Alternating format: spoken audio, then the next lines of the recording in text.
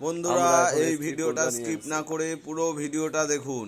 এতে এইমসের টোটাল খুঁটিনাটি কিভাবে ভর্তি করবেন, ওপিডিতে কিভাবে ডাক্তার দেখাবেন, সম্পূর্ণ ডিটেলস দেওয়া আছে। তাই অনুরোধ করব ভিডিওটা না কেটে সম্পূর্ণ ভিডিওটা দেখবেন স্কিপ না করে। পার্থক্য ছিল, আছে, থাকবে। রাজ্য সরকার চালিত হসপিটাল আর সেন্ট্রাল গভর্নমেন্ট চালিত হসপিটালের মধ্যে পার্থক্য ছিল, আছে, থাকবে। এই ভিডিওটায় সেই পার্থক্যই তুলে ধরেছি।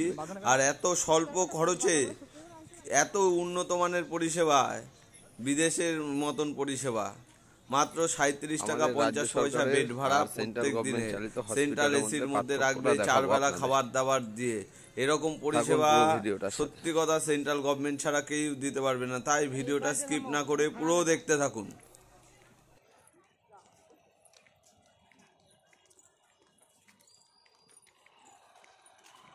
এই হচ্ছে all India institute of medical science. পার্থক্য ছিল, আছে, থাকবে।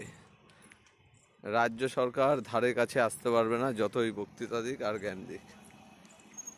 আমি পার্থক্যটা দেখাবো আপনাদের, চলুন ভিডিওটা দেখতে থাকুন। এটা হচ্ছে ওপিডি বিভাগ, দেখুন।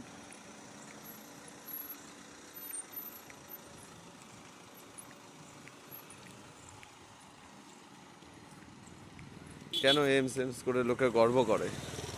গর্ব করার বিষয় আছে বলেই করে।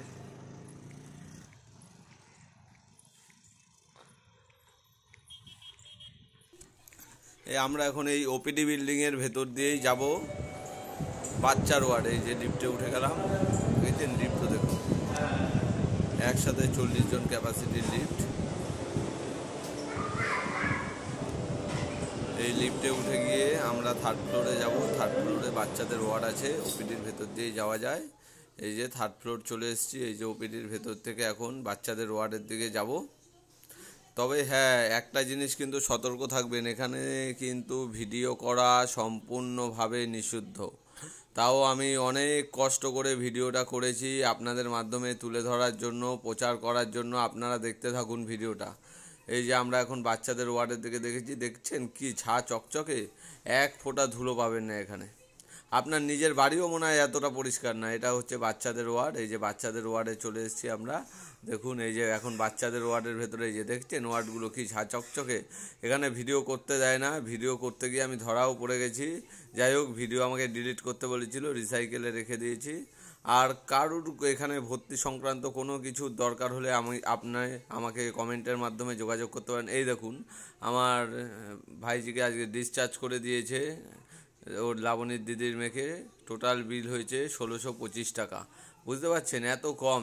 3 দিনে ওষুধপত্র, মেডিসিন সব নিয়ে এরকম উন্নত মানের পরিষেবা। এই যে এটা হচ্ছে বাচ্চাদের ওয়ার্ডের কেবিন, দেখতে পাচ্ছেন। এই যে এটা হচ্ছে হসপিটালের বাইরে। এরকম পরিষেবা আর কেউ দিতে পারবে না সেন্ট্রাল গভর্নমেন্ট ছাড়া। আর এটা হচ্ছে ওয়েটিং লাউঞ্জ, রাত্রিবেলায় এখানে আপনারা থাকতে